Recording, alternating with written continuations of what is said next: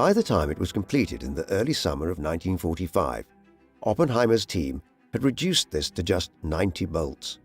Other technical issues concerned how the bomb would descend when dropped from a height, and throughout 1944 and 1945, tests were done to assess how a bomb of the size and structure of the Fat Man and Little Boy would fall through the air. All of this came together during the course of the spring of 1945, and by midsummer, Oppenheimer was able to deliver the head of the Manhattan Project, Major General Leslie Groves, the news that they were ready to conduct a test detonation. The Trinity nuclear test was carried out in the Jornada del Muerto Desert in New Mexico on the 16th of July, 1945. Fittingly, the desert's name, translated from the Spanish, means Dead Man's Root.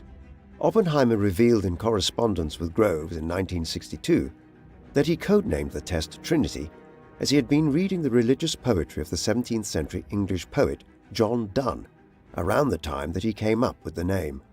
The device which would be used during the test was a Fat Man bomb, using plutonium and of an implosion type. For the purposes of the test, the bomb in question was christened the Gadget. In order for the test to be carried out safely, a location was chosen which was highly remote, almost entirely unpopulated and otherwise isolated. There was only one building on the proposed blast site, the McDonald Ranch House, which had been built there by a German migrant in 1913 and which had been forcefully vacated in 1942 by the McDonald family after the US government took over the region under the remit of the Manhattan Project. The test was a carefully planned thing, as the plutonium which was to be used had cost billions of dollars to produce in today's money. Such were the tortuous methods involved in enriching uranium and plutonium at the time. Much hinged on its success. As Groves noted at the time, he didn't want to explain to a congressional committee why he had blown up $1 billion worth of plutonium in the desert for no reason. The Trinity test was carried out near dawn on the morning of the 16th of July.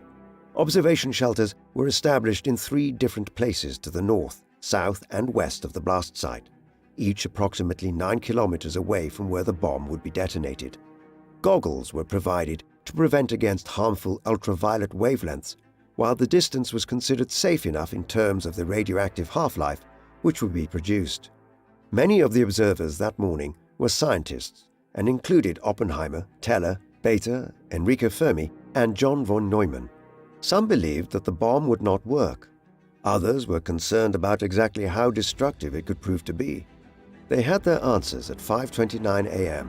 when the Gadget exploded, releasing explosive energy equivalent to 25,000 tons of TNT. This created a crater 1/3 of a kilometer wide and melted the sand across the launch site, turning it into a light green glass-like rock.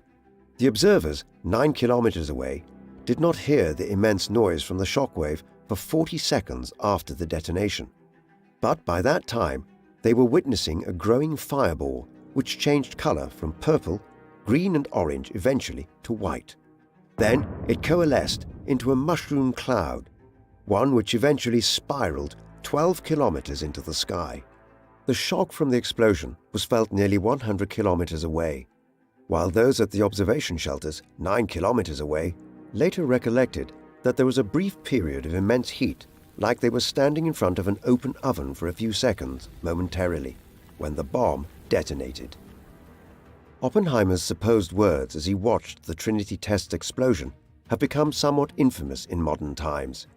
He is alleged to have quoted from the Bhagavad Gita, one of the holiest texts in Hinduism, one which was written in the second half of the first millennium BC, and the title of which approximates to the Song by God,